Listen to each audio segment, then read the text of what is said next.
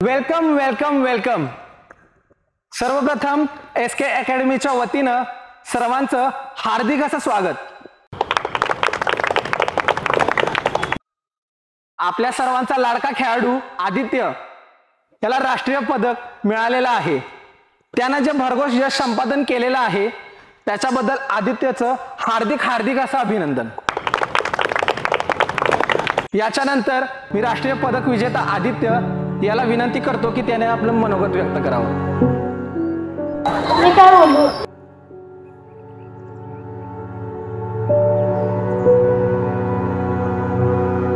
तो मरणाचा झाला तू बाहेर, तू काय बोलणार? जे बोलेल ते माझी ताई आणि खरंच बोलते. धन्यवाद आदित्य. पुन्हा एकदा तुझं हार्दिक असं अभिनंदन. आदित्यचा जो जीवन संघर्ष आहे तो फार भयानक आहे, पण नेहमीच तो आमच्यासाठी एक प्रेरणा राहशील. याच्यानंतर मी SK अकॅडमीचे प्रमुख सुहास सर यांना आपलं मनोगत व्यक्त करण्याची विनंती करतो.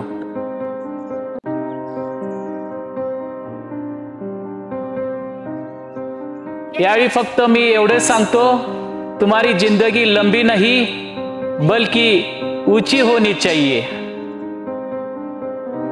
संघर्ष करणाऱ्या व लढणाऱ्या प्रत्येकासमोर आदित्य नेहमीच एक आदर्श असेल.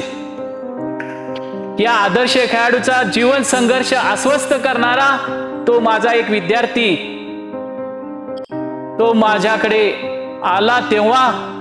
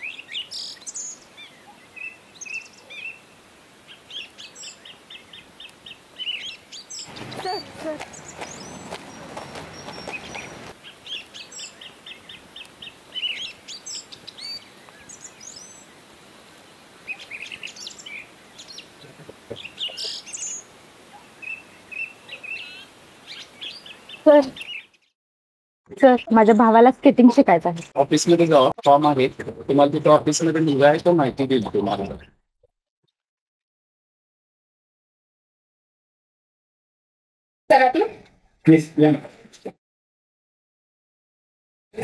ऍडमिशनचा फॉर्म एक फॉर्म आहे आपला आणि तुम्हाला पूर्ण माहिती सांगतो. आपली रजिस्ट्रेशन फी 300 रुपये आहे आपली फॉर्मची, आणि मंथली फी 1400 रुपये आहे, आणि 3 महिन्याची फी 2700 रुपये आहे. जर पर मंथ भरला तर 1400 रुपये, आणि 2700 रुपये भरला तर पर मंथ 900 रुपये बसतात.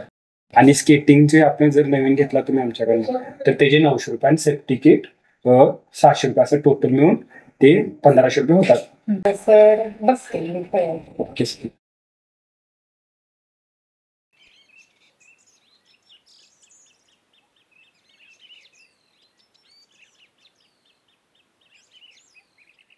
अकॅडमी मध्ये फॉर्म भरला? नाही. का नाही भरला? तर आता माझ्याकडे पैसे नाही. पैसे नाहीत तर मग आम्ही शिकवणारच नाही, फ्री मध्ये शिकवणार नाही. तर मला माझ्या भावाला स्केटिंग शिकवायचं. घेऊन या उद्या त्याला. तर तो बाहेर बसलाय, त्याला चालता येत नाही. चालता येत नाही मग आम्ही शिकवणार कसं स्केटिंग वर? तुम्ही त्याला एकदा भेटता का?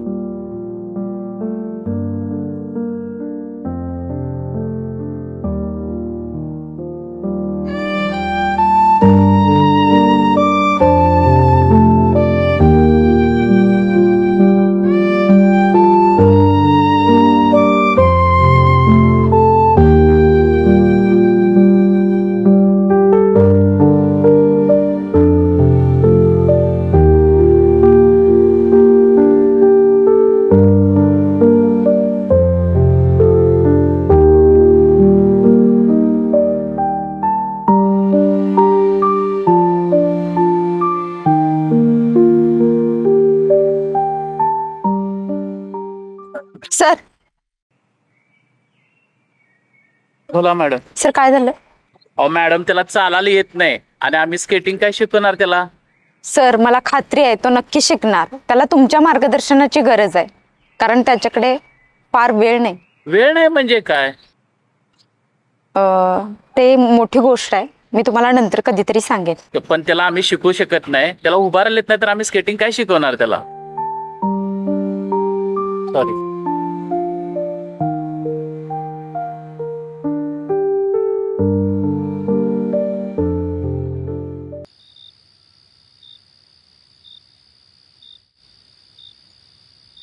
अहो मॅडम, त्याला चालायला येत नाही आणि आम्ही स्केटिंग काय शिकवणार त्याला? सर मला खात्री आहे माझा भाऊ नक्की शिकणार. त्याला तुमच्या मार्गदर्शनाची गरज आहे, कारण त्याच्याकडे फार वेळ नाही. वेळ नाही म्हणजे काय?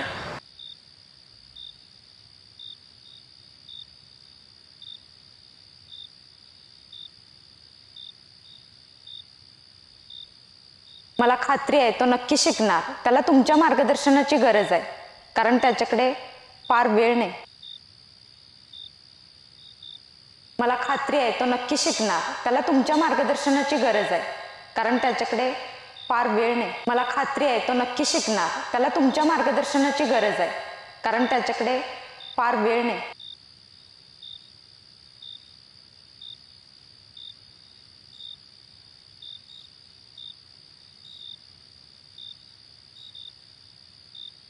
मला खात्री आहे तो नक्की शिकणार. त्याला तुमच्या मार्गदर्शनाची गरज आहे, कारण त्याच्याकडे फार वेळ नाही. कारण त्याच्याकडे फार वेळ नाही. कारण त्याच्याकडे फार वेळ नाही.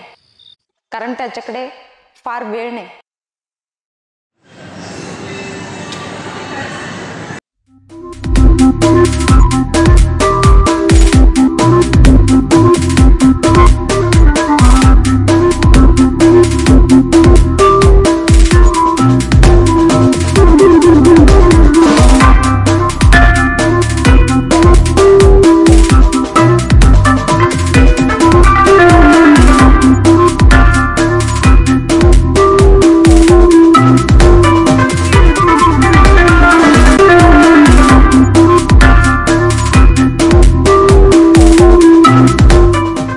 आदित्य बॉल पास कर ना.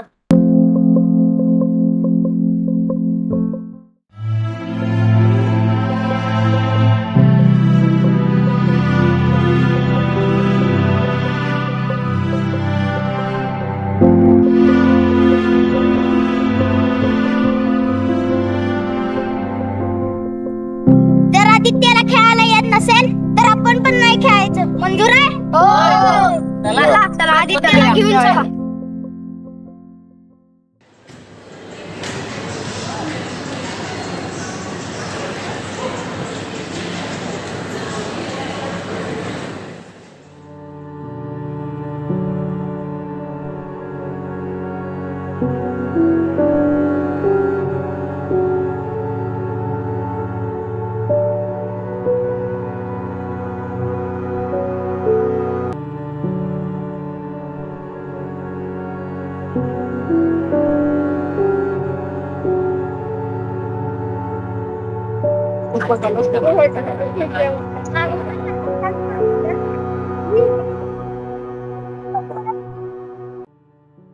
सॉरी, मी तुमच्याशी चुकीचं वागलो. सर कधीपासून सुरू करायचं? आता घेऊन या त्याला.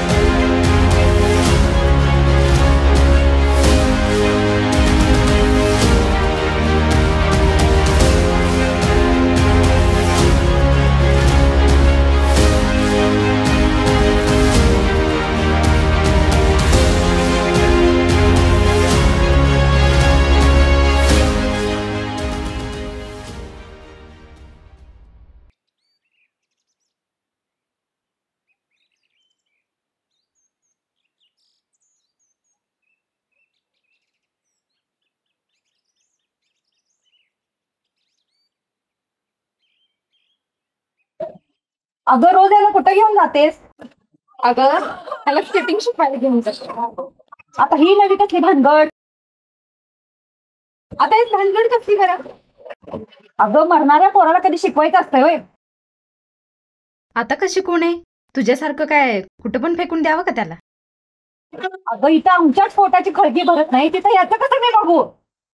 जाऊ दे बाई, तुझ्यासमोर बोलून काहीच उपयोग होणार नाही. मूर्ख आहे मूर्ख.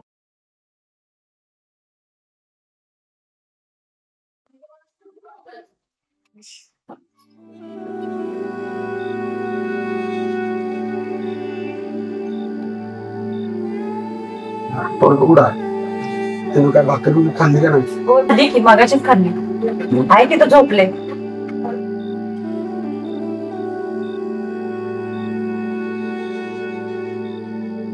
ती पोरगी त्याला कुठे घेऊन जाते? ते पायात घालून काय पळायचं आहे ना, तिकडे घेऊन जाते ती. हा हा, कोणतरी चांगला डॉक्टर असेल तिकडेच त्याला घेऊन जायचं. बरं झालं, त्या निमित्ताने निदान पोरग पळायला तरी लागलं. होय होय, नाहीतर ते कोपऱ्यात पडलेलं बघून लय वाईट वाटेल. पण आता बरं वाटतंय.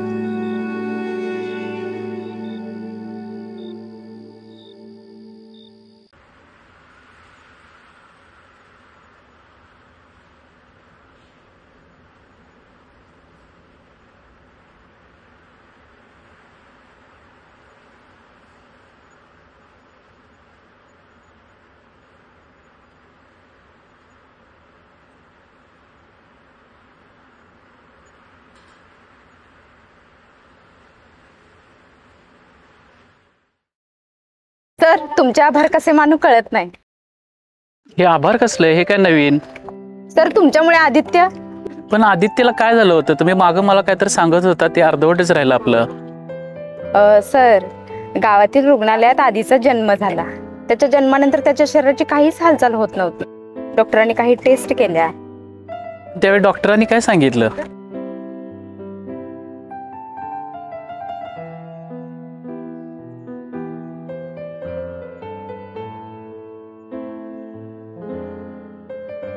बाळ छान करतोयस तू आता. छान जमतंय तुला.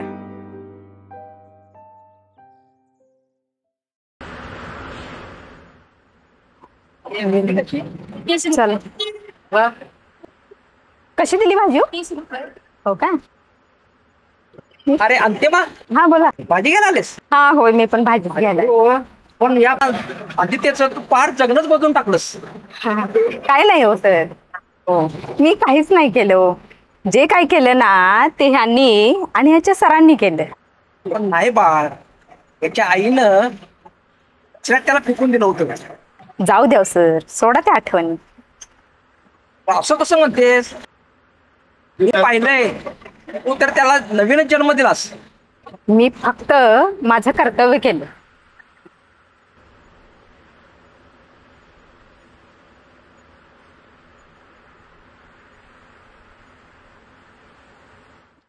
आपली दिल्लीमध्ये राष्ट्रीय स्केटिंग स्पर्धा होणार आहे. त्या स्पर्धेसाठी आपली सगळ्यांनी नावं ऑफिसमध्ये नोंद करायची आहे. सर, राष्ट्रीय स्पर्धेची फीस किती आहे? त्याची फी आपली 25,000 आहे. त्यामध्ये एंट्री फी, राहणं, येणं जाणं सर्व त्यामध्ये इन्क्लुडिंग आहे. ज्यांना नाव नोंदणी करायची आहे ते मेच्या अखेरपर्यंत ऑफिसमध्ये करायचे आहे. येस सर, आम्ही जाणार.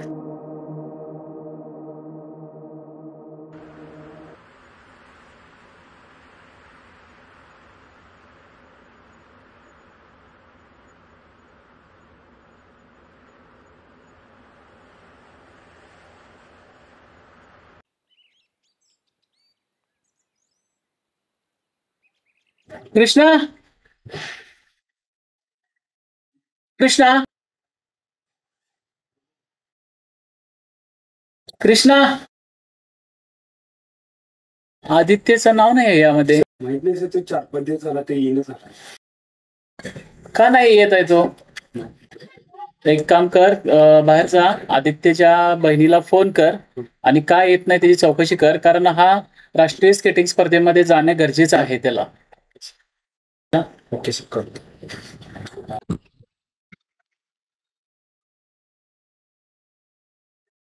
हॅलो.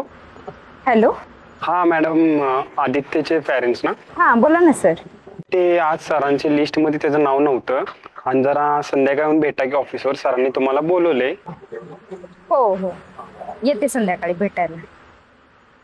4-5 दिवस झाला तुम्ही प्रॅक्टिसला नाही या. आदित्यला सोबत घेऊन या. काय येते.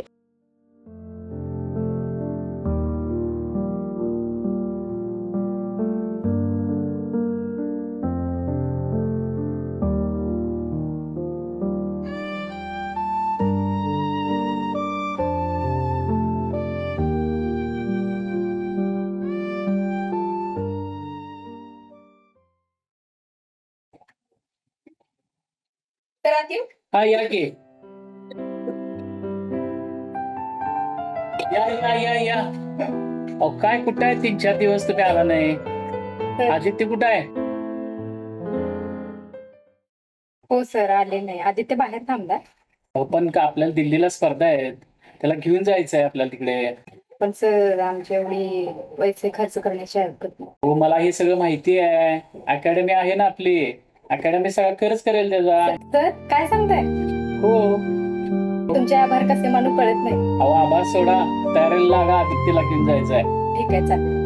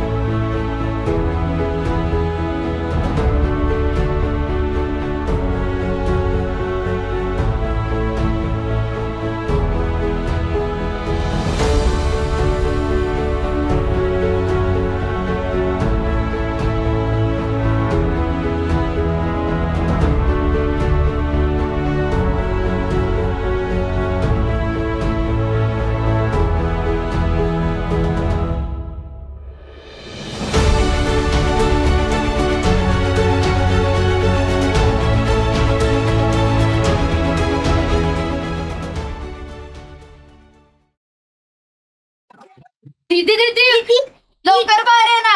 दीदी दीदी लवकर बाहेर ये ना. आदित्यचा पेपर मध्ये फोटो टाकून आलाय. नमिता तुम्ही सगळे बाहेर या. हे बघ आपल्या आदित्यचा बाहेर पेपर मध्ये फोटो छापून आला. छानच आहे. हो ग बाबू. काय ग त्याचा फोटो छापून आला. आपल्या आदित्यचा फोटो. अहो आधीच्या बाबा लवकर बाहेर या. अहो आपल्या आधीचा फोटो छापून आला. बघा तर बघा किती छान दिसतोय.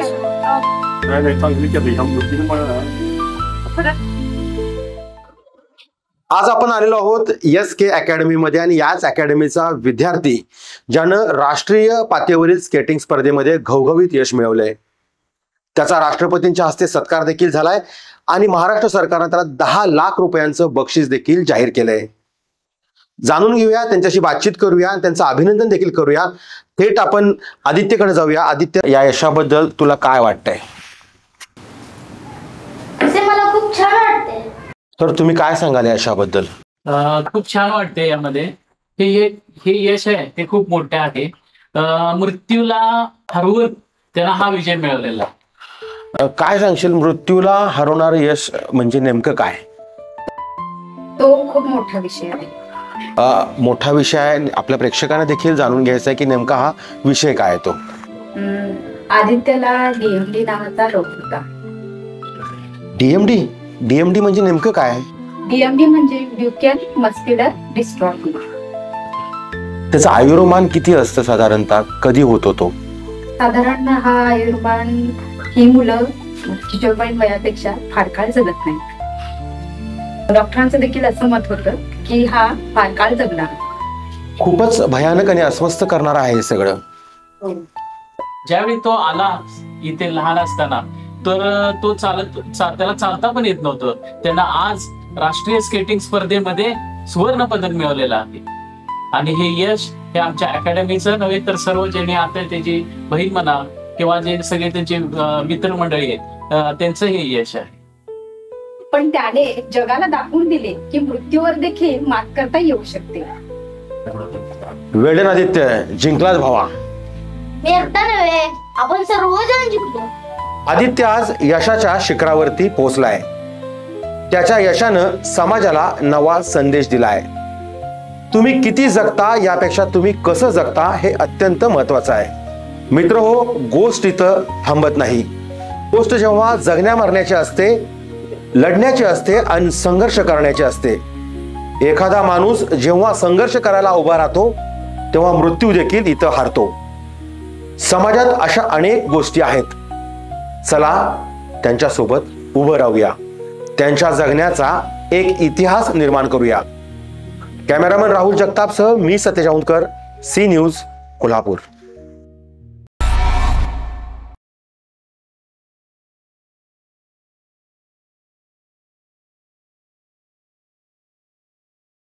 यानंतर कार्यक्रमाचे प्रमुख पाहुणे गोपाल शेटे सर आपलं मनापत व्यक्त करतील. आदित्यचा स्केटिंगमधील संघर्ष हा फार खडतर आणि अत्यंत कष्टामध्ये गेलेला आहे. एक खेळाडू आपल्या जीवनामध्ये काय करू शकतोय, मेहनत आणि सातत्यानं संघर्ष आणि कष्ट केल्यानंतर आदित्य हा विनर झालेला आहे. सुहास सरांनी सांगितल्याप्रमाणे जिंदगी लंबी नाही है, उंची होनी चाहिए. त्याचं हे मूर्तिमंत उदाहरण हा आदर्श आहे. त्याचं मी या करवीरवासियांच्या वतीनं हार्दिक हार्दिक अभिनंदन करतो. यानंतर उपस्थित सर्व मान्यवरांना मी विनंती करतो की त्यांनी आदित्यचा सत्कार करावा.